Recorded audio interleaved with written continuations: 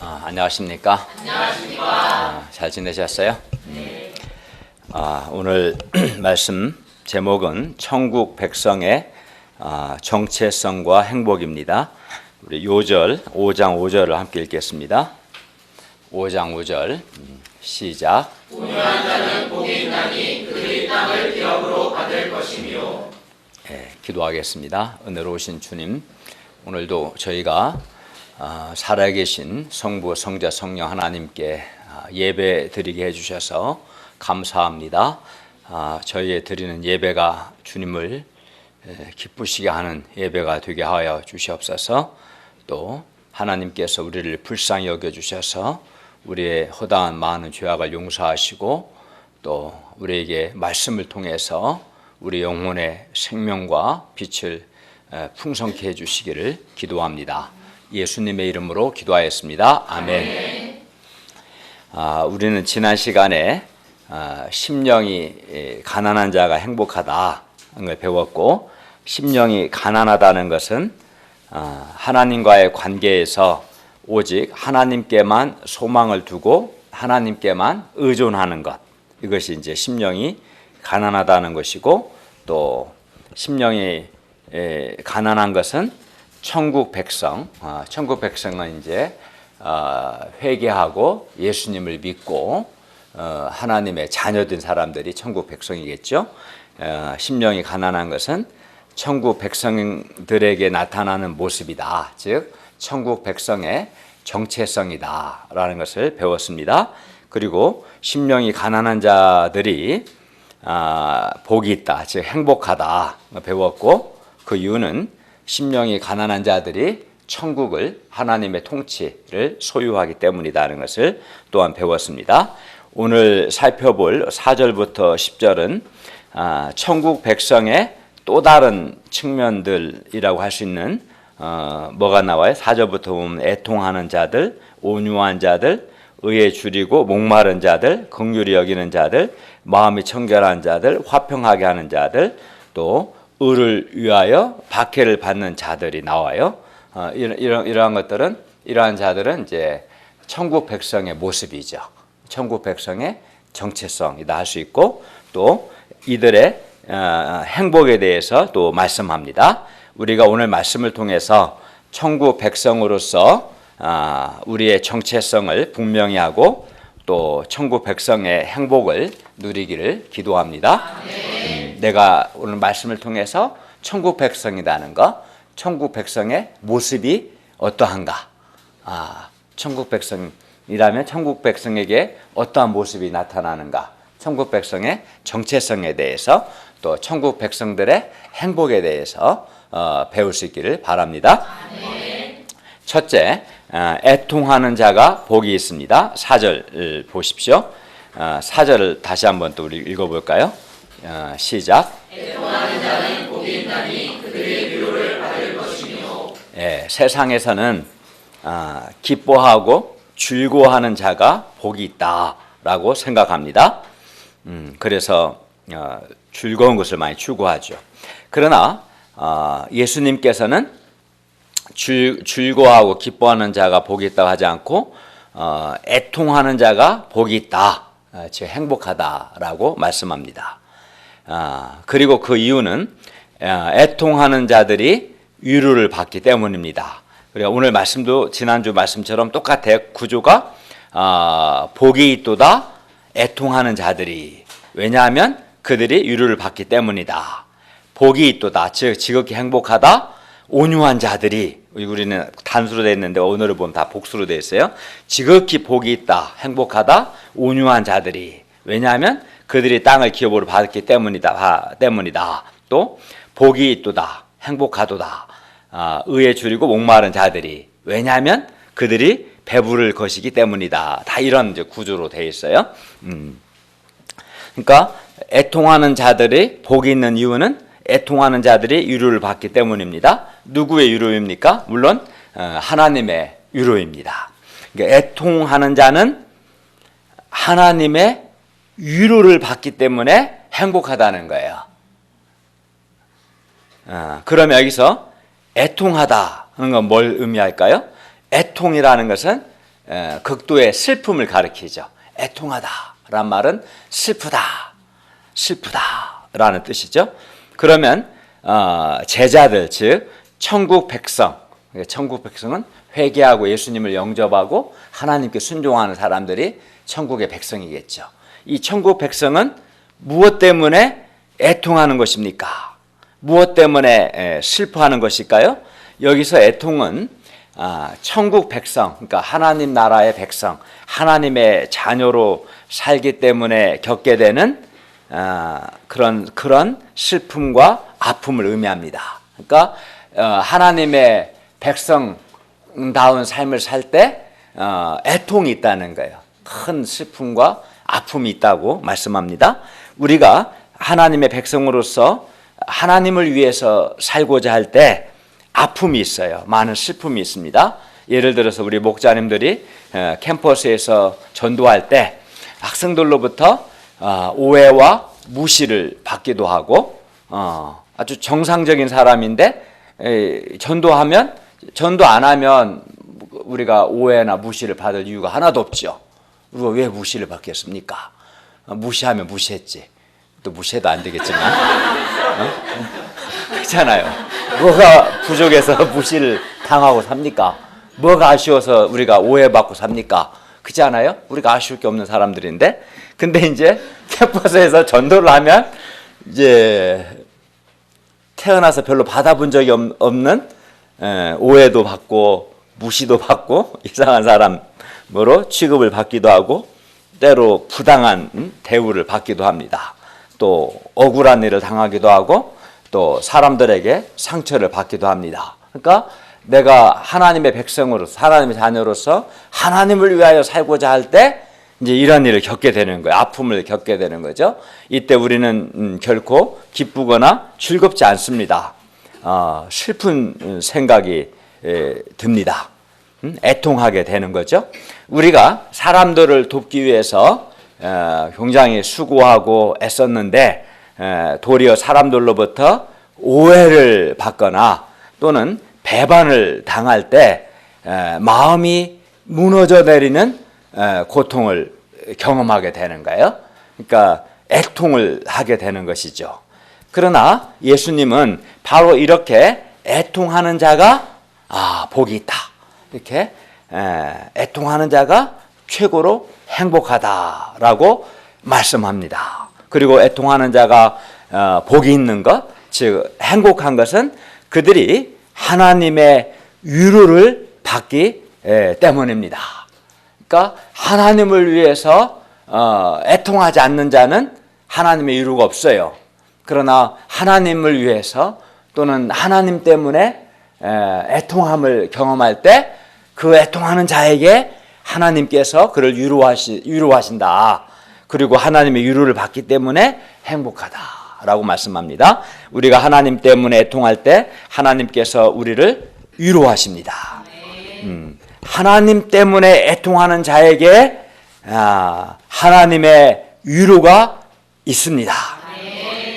그리고 우리가 살아계신 창조주 하나님의 위로를 받을 때 우리는 사람들에게서 받는 위로와는 다른 차원이 다른 이 하나님의 위로를 받을 때 우리는 행복을 느끼게 됩니다.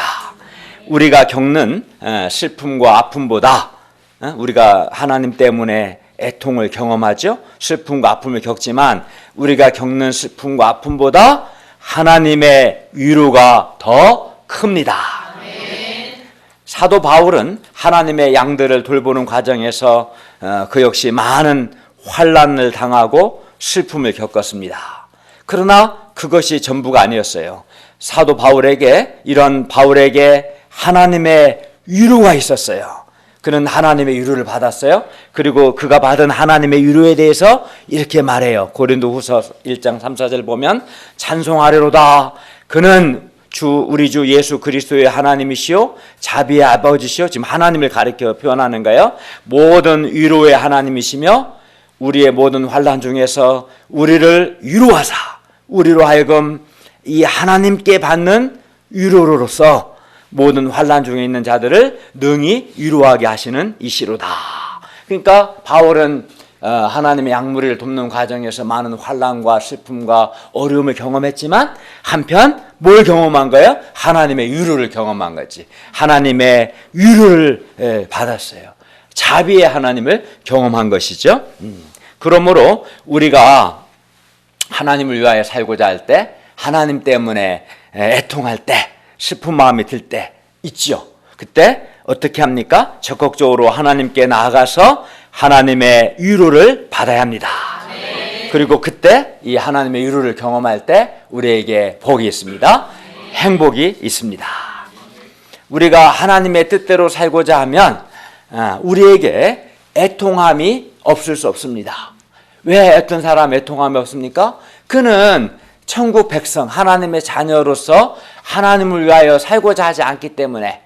그러니까 하나님을 위하여 살고자 하지 않는 사람은 이런 애통함이 없어요.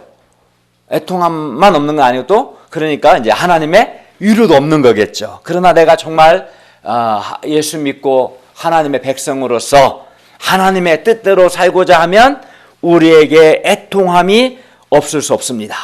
애통함이 없는 자는 하나님의 백성답게 살지 않기 때문에 그럽니다.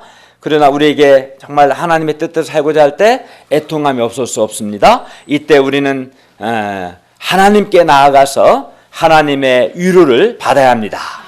우리가 애통할 때 적극적으로 하나님의 위로를 받음으로 우리의 애통이 도리어 변하여 행복이 되기를 기도합니다. 둘째, 온유한 자가 복이 있습니다. 5절을 한번 또 읽어볼까요? 시작. 온유한 자는 복이 있나니 그들의 땅을 기업으로 받을 것이며. 이 말씀도 아까 말씀드린 것처럼 복이 있도다. 지극히 행복하도다. 온유한 자들이. 왜냐하면 그들이 온유한 자들이 땅을 기업으로 받을 것이기 때문이다. 이런 다 구조로 되어 있는 거예요. 사람들은 말이나 행동이 부드러운 사람을 온유한 사람이라고 생각합니다. 그렇죠. 여러분의 마음과 머릿속에 그런 선입견이 있죠. 말이나 행동이 좀 부드러운 사람을 온유하다 그렇게 생각하는 경향이 있어요. 그래서 표현이 이제 강한 사람, 물론 거친 사람을 온유하다 할 수 없겠지만 또 한편으로는 표현이 강한 사람은 온유하지 않다 이런 생각이 들이 있어요. 사람들에게. 물론 온유한 사람은 대체로 겉으로 거칠지도 않고 물론 사납지도 않고 부드럽습니다. 그러나 우리가 알아야 할 것은 이제 사람들은 주로 외적인 말과 행동이 부드러운 거, 외적인 부드러움을 자꾸 온유라고 생각하기 쉬운데 외적인 부드러움 자체가 성경이 말씀하는 온유는 아닙니다. 그러니까 예를 들면 이런 경우가 있을 수 있겠죠. 예를 들어 어떤 사람은 겉으로는 말도 부드럽고 행동도 부드럽습니다. 그러나 내면은 속은 상당히 거칠고 사납습니다. 겉으로는 온순한 것 같지만 속으로는 이제 힘이 없어서 표현을 못할 뿐이지 속으로는 미움과 분노와 이렇게 반발심이 많은 사람이 있어요. 그럼 이 사람은 온유한 겁니까? 온유하지 않은 겁니까? 그렇죠. 이 아주 사나운 사람인 거죠. 속으로 사나운 사람이 더 무서운 거예요. 겉으로 사나운 사람도 무섭지만 또 어떤 사람은 사람들에게는 아주 천하의 호인입니다. 아주 잘해줘요. 부드러워요. 그러나 하나님을 향해서는 그 마음이 딱딱하고 완고한 것을 봅니다. 이런 사람 역시 결코 온유하다고 할 수 없지요. 굉장히 하나님 앞에 아주 거칠고 사납고 교만한 자인 거죠. 그렇죠? 그런 겁니다. 그러니까 단순히 말과 행동이 부드럽다 해서 온유한 게 아닌 거예요. 사실은 겉만 온유하다 해서 온유한 게 아닌 거죠. 또 비록 사람에게는 부드러운 것 같아도 하나님 앞에 완고한 자는 전혀 온유하지 않죠. 그러면 예수님께서 말씀하시는 온유란 뭘까요? 성경에서 나오는 온유한 자들은 이런 걸 말하는 거예요. 불공정한 상황에서, 그러니까 예를 들면 억울한 일을 당했어요. 근데 자신을 일반적으로 막 사람이 내가 억울한 일을 당했다, 불공정한 일을 겪으면 자신을 방어하려고 하게 돼, 일반적으로. 그렇죠? 근데 자신을 방어하기 위해서, 이런 상황에서 자신을 방어하기 위해서 자신의 힘을 사용하기보다 그 상황에서 하나님을 전적으로 의뢰하는 사람을 가르쳐서 이제 온유한 사람이라고 말하는 거예요. 그러니까 심령이 가난한 자하고 온유한 자는 사실은 같은 단어예요. 히브리어로는, 헬라어로는 나눠 쓰지만 근본적으로 의미가 거의 비슷해요. 그러니까 온유한 사람은 다른 사람에게 불공정한 대우를 받았다고 생각이 될 때 화를 내거나 소리를 지르거나 속으로 삐치거나 또는 속으로 분노하거나 또 자기 힘을 사용하려고 하기보다 하나님을 전적으로 의뢰하는 사람, 이런 사람이 성경이 말씀하는 온유한 사람입니다. 또 저항하거나 복수하지 않고 인간적인 방법을 사용하지 않고 오직 하나님만 바라보고 하나님, 살아계신 하나님이 갚아주실 것을 믿고 하나님의 갚아주심과 하나님의 위로를 바라는 사람, 이런 사람이 성경이 말씀하는 온유한 사람입니다.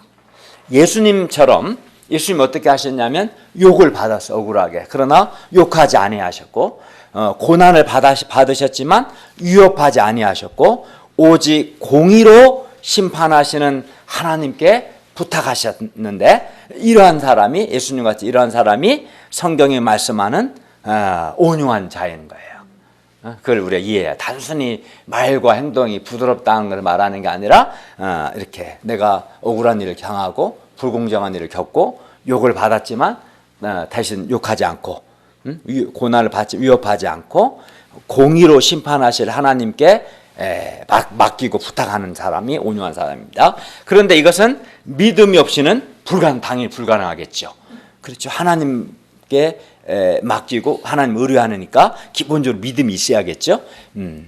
하나님의 갚아주심을, 하나님이 공의로 심판하실 것을 확실히 믿는 사람만이 진정으로 온유한 사람이 될 수 있습니다.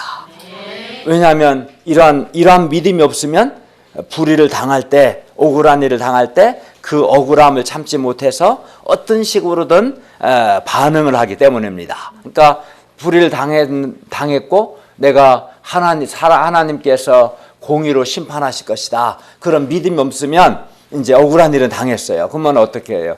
내가 힘이 있으면 힘을 쓸 수 있겠죠. 쓰려고 하겠죠. 근데 힘이 없어. 그러면 이제 속으로 막 미워하고 막 그렇게 하겠죠. 속으로 표현하는 거예요. 힘 있는 사람은 겉으로 표현하고. 그렇죠.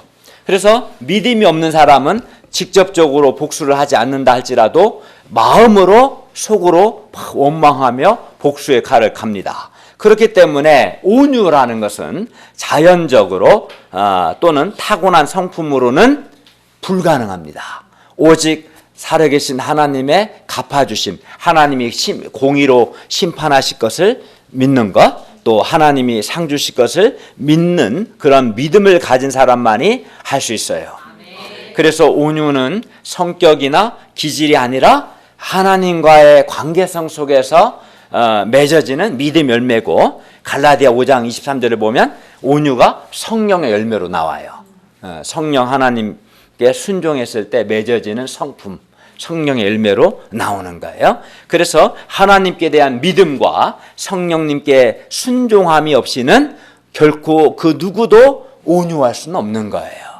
속는 거지. 겉으로는 막 말을 좀 부드럽게 하고 행동이 부드럽다 해서 온유한 걸로 속는데 실상은 그 억울한 일 당해봐요, 그 사람도. 그러면 속으로는 막 사나워지고 그러는 거야.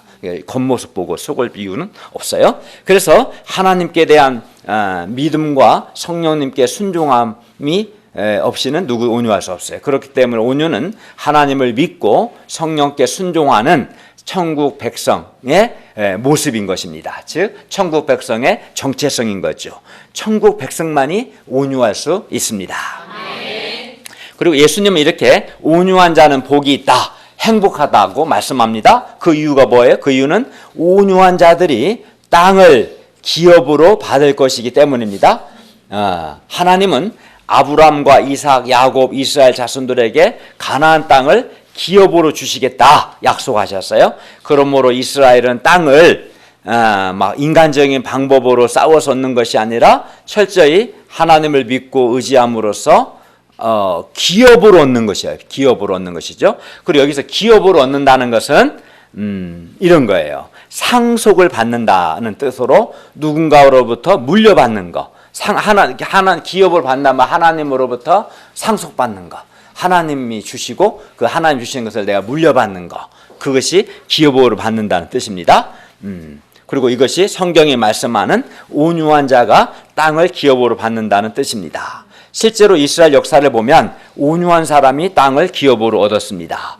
구약에 아브라함의 아들 이삭이 나오는데 이삭은 온유한 면에서 모범이 되는 인물입니다. 이삭이 그 아래 거하라는 하나님의 말씀에 순종해서 그가 그 아래 거했어요. 그때 하나님께서 그에게 복을 주셔서 흉년 중 기근 중에 100배의 복을 주셔서 이삭은 한마디로 재벌이 됐어요. 순식간에. 그러자 그 아래 거하는 불신자들이 당연히 시기심이 생기지 않겠어요? 그래서 이삭을 시기하여 그 땅에서 쫓아내고자 했습니다. 또 그 아래 사람들이 이삭의 우물을 막아버렸어요. 그런데 당시의 우물은 오늘날 유전과 같이 기름 나오는 유전과 같이 엄청난 경제적 가치가 있었어요.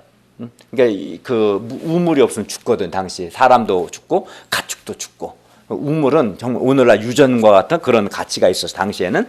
그러나 이삭은 사람들과 감정적으로 다투지 않고 인내했습니다. 그리고 다른 곳에 가서 또 우물을 팠는데 거기서 또 물이 나왔어요. 이게 다 우물을 얻기가 어려운데 이삭이 우물을 파면 또 나왔어요. 그러자 이번에도 사람들이 쫓아와서 이삭이 판 우물을 또 막아버렸어요.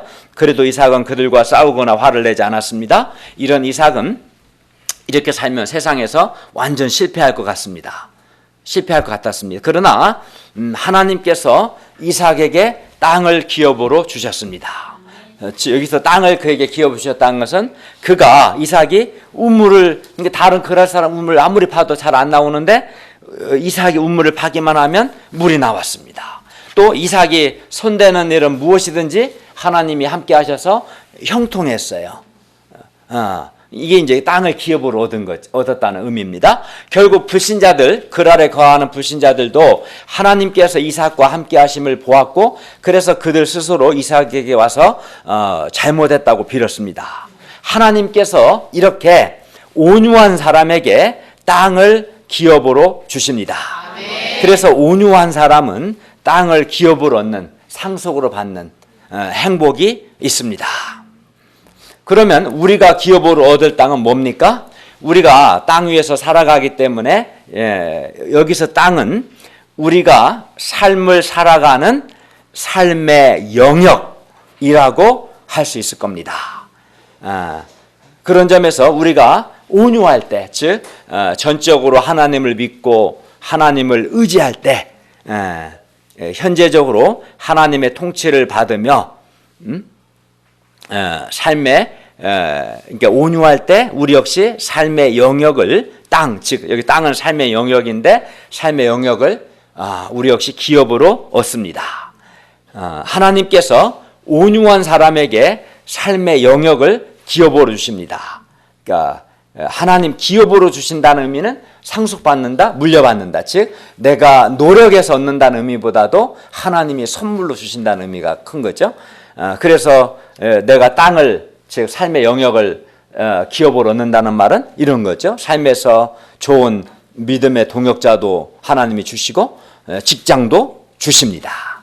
반면 그러니까 온유하지 않다는 것은 이제 혈기 부리고 하나님을 믿지 않고 성령님께 순종하지 않기 때문에 감정적으로 혈기 부리고 또 인간적인 방법으로 사람과 싸우려고 하면 이런 사람은 기업을 얻는 것이 아니라 기업을 잃어버려요. 기업을 잃습니다. 삶의 영역에서 많은 것을 잃습니다. 우선은 사람들을 잃습니다. 온유하지 않을 때 사람들이 부담스러워하겠죠. 그래서 슬슬 피합니다. 화내고 혈기 부리고 싸우려고 하면 이제 친구도 잃어버릴 수 있고 동역자들도 잃어버릴 수 있고 심하면 남편과 아내도 잃어버릴 수 있습니다. 그래서 이렇게 온유하지 않는 자는 불행합니다. 그렇기 때문에 천국 백성은 천국 백성답게 온유해야 합니다. 하나님을 믿고 성령님께 순종함으로 온유함이라는 열매를 맺어야 하는 거죠. 천국 백성은 불의하고 억울한 일을 당할 때 싸우고 혈기 부리고 복수하는 것과 같은 인간적인 방법으로 문제를 해결하려고 하지 않아야 합니다. 전적으로 하나님을 믿고 하나님을 의지해야 합니다. 많은 사람들이 아까 말씀드린 것처럼 온유를 어떤 사람의 성격이나 사람의 기질로 생각하는데 절대로 그렇지 않습니다. 그러니까 하나님께 대한 믿음이 없고 성령님께 순종하지 않는 사람 중에 온유한 사람은 단 한 사람도 없습니다. 비록 겉으로는 잠깐 말과 행동을 부드럽게 할 수는 있을지 몰라도 그의 내면이 온유할 수는 없습니다. 불가능합니다. 겉으로는 부드럽지만 그 속이 내면이 거칠고 사납고 반발하고 내면이 꼬인 사람이 있어요.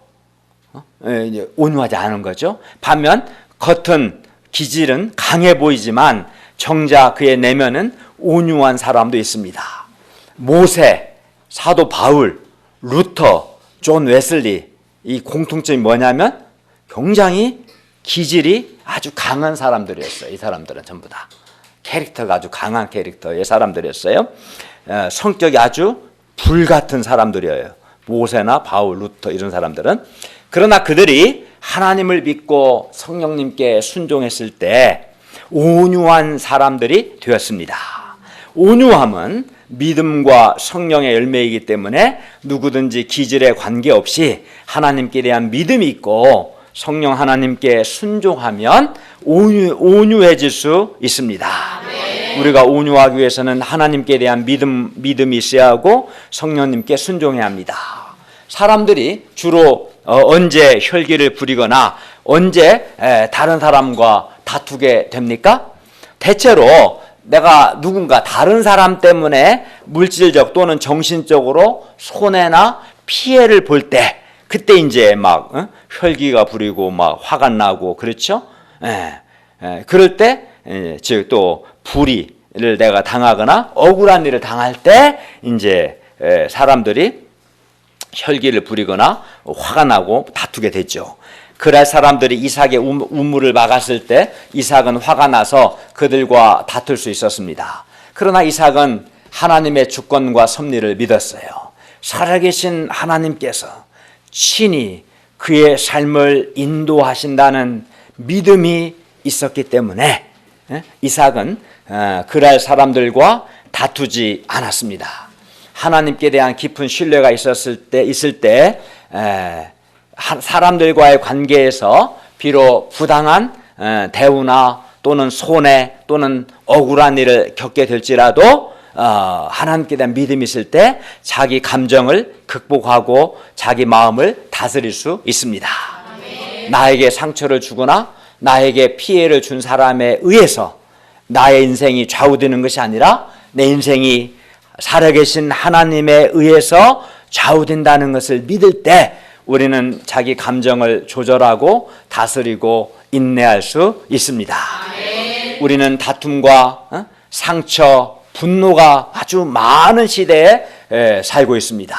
많은 사람들이 다른 사람으로부터 받은 피해나 억울함을 견디지 못해서 보복하고자 하고 서로 무섭게 싸웁니다.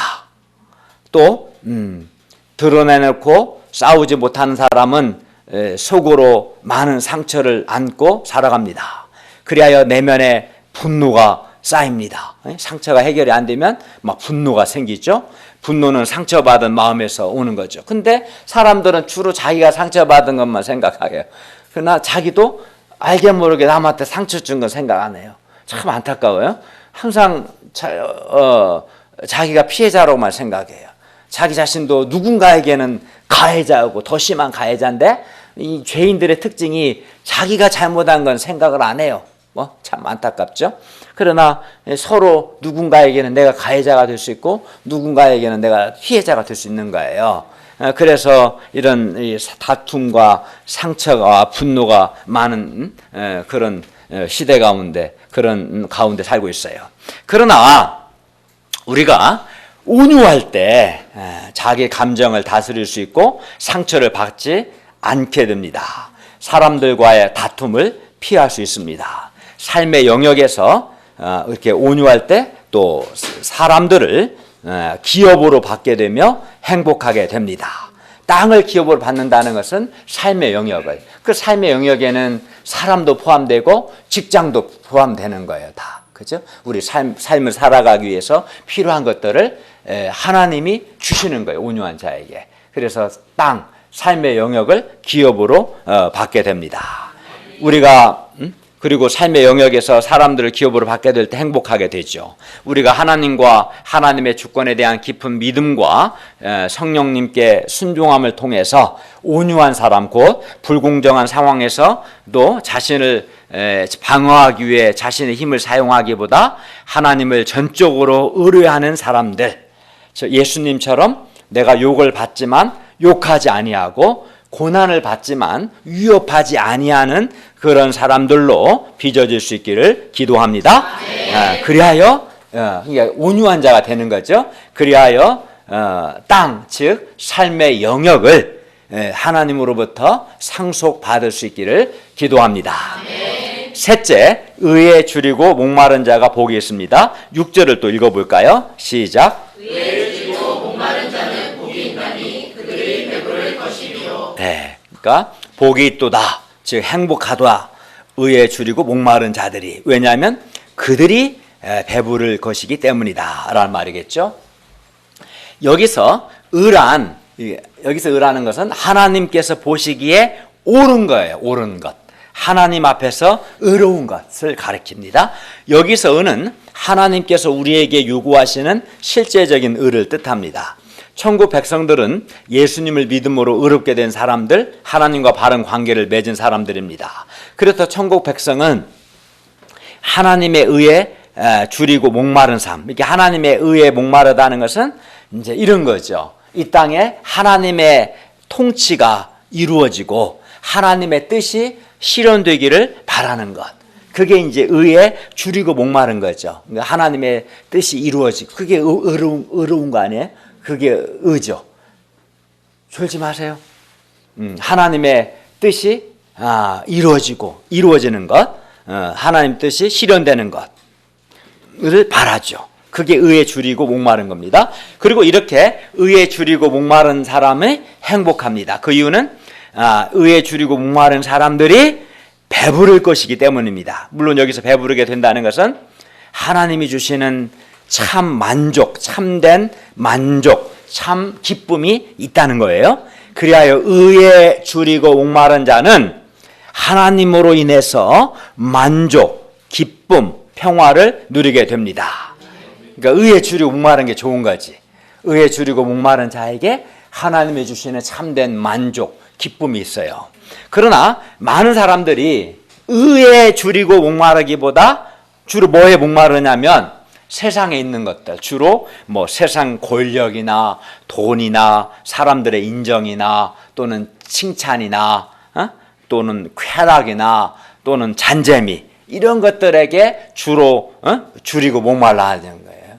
하나님의 의에, 하나님의 뜻이 이루어지기를 간절히 원하는, 하나님의 통치가 이루어지기를 바라는 의에 줄이고 목마른 사람이 되었는데, 중앙대 숙대 캠퍼스에 하나님의 뜻이 이루어지기를 간절히 바라는 그 의에 줄이고 목마른 사람이 돼야 하는데, 또 한 사람의 삶 속에 하나님의 뜻이 이루어지기를 바라는 의에 줄이고 목마른 사람이 되어야 하는데, 많은 사람들이 주로 세상의 것들에 목말랐죠. 사람들의 인정과 칭찬과 돈과 권력, 또는 잔재미, 쾌락에 목말라 하는 걸 봅니다. 그러나 이러한 것들은 근본적으로 우리에게 참된 만족을 주지 못합니다.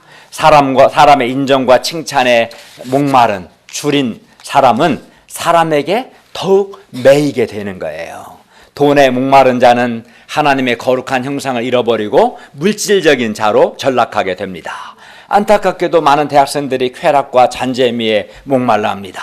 그러나 쾌락과 잔재미는 아무리 채워도 또 채워도 근본적으로 참 만족이 없습니다.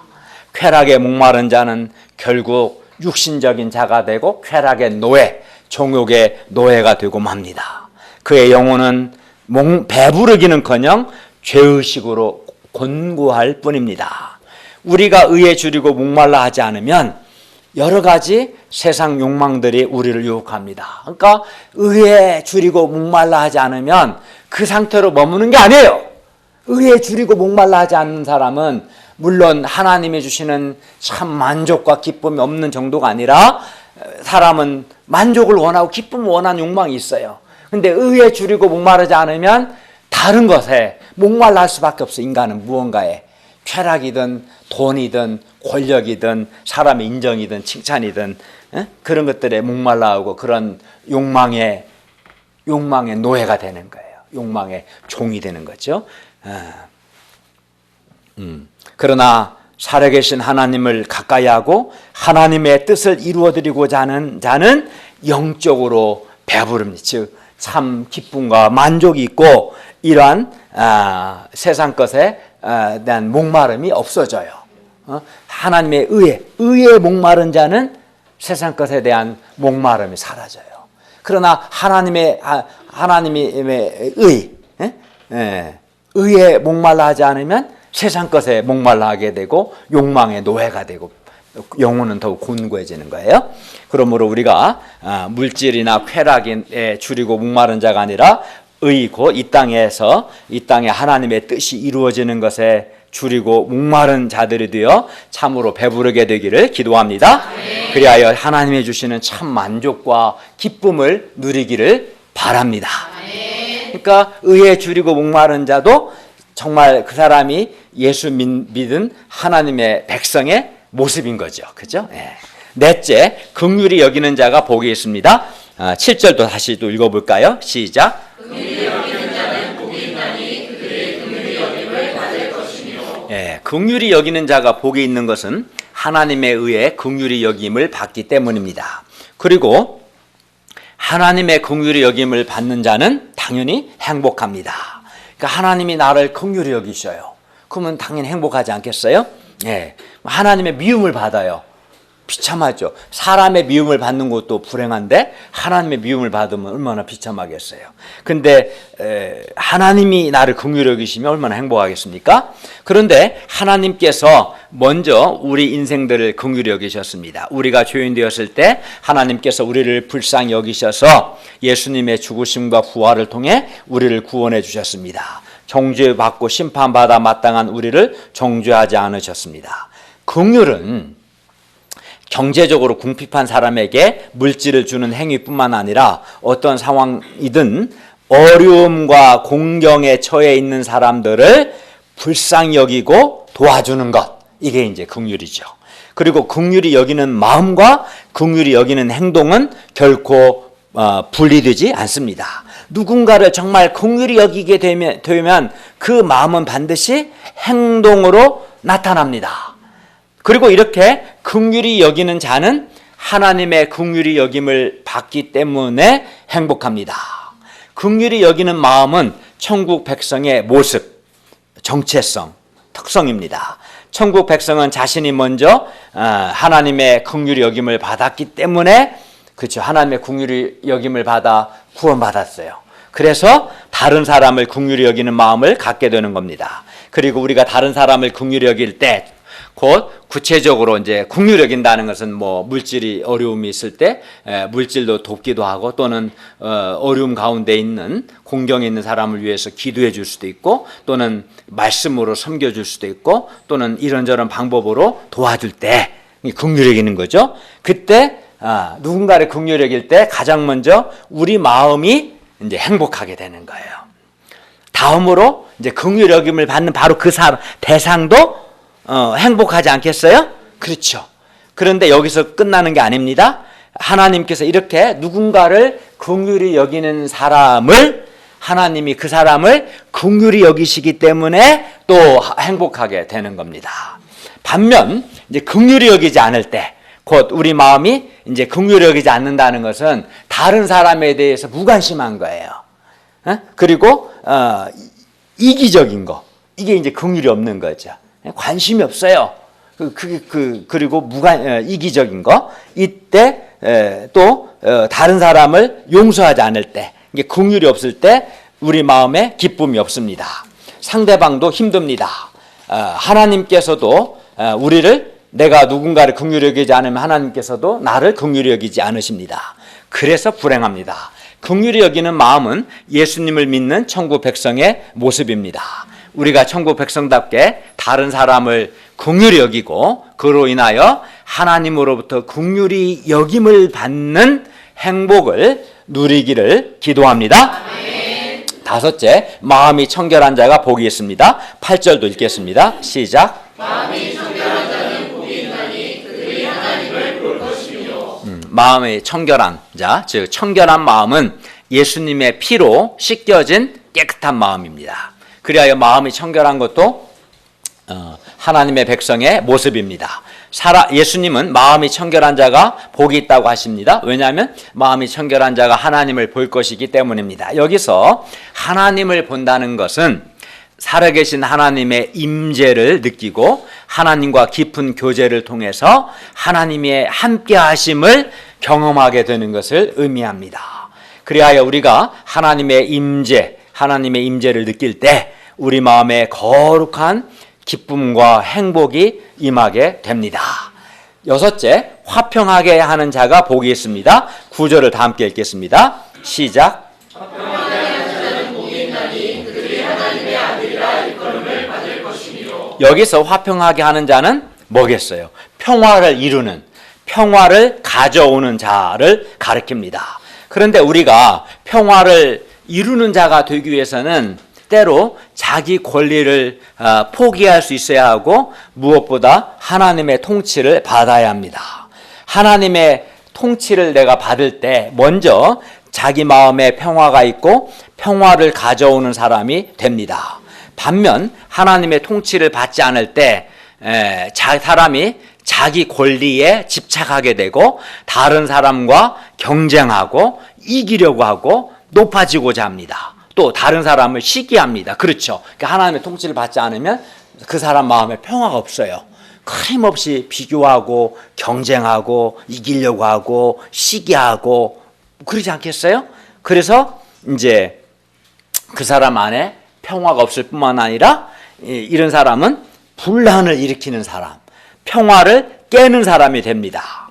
그렇기 때문에 하나님의 통치를 받는 사람만이 마음의 평화를 누리고 다른 사람에게도 평화를 가져오는 삶을 살 수 있습니다.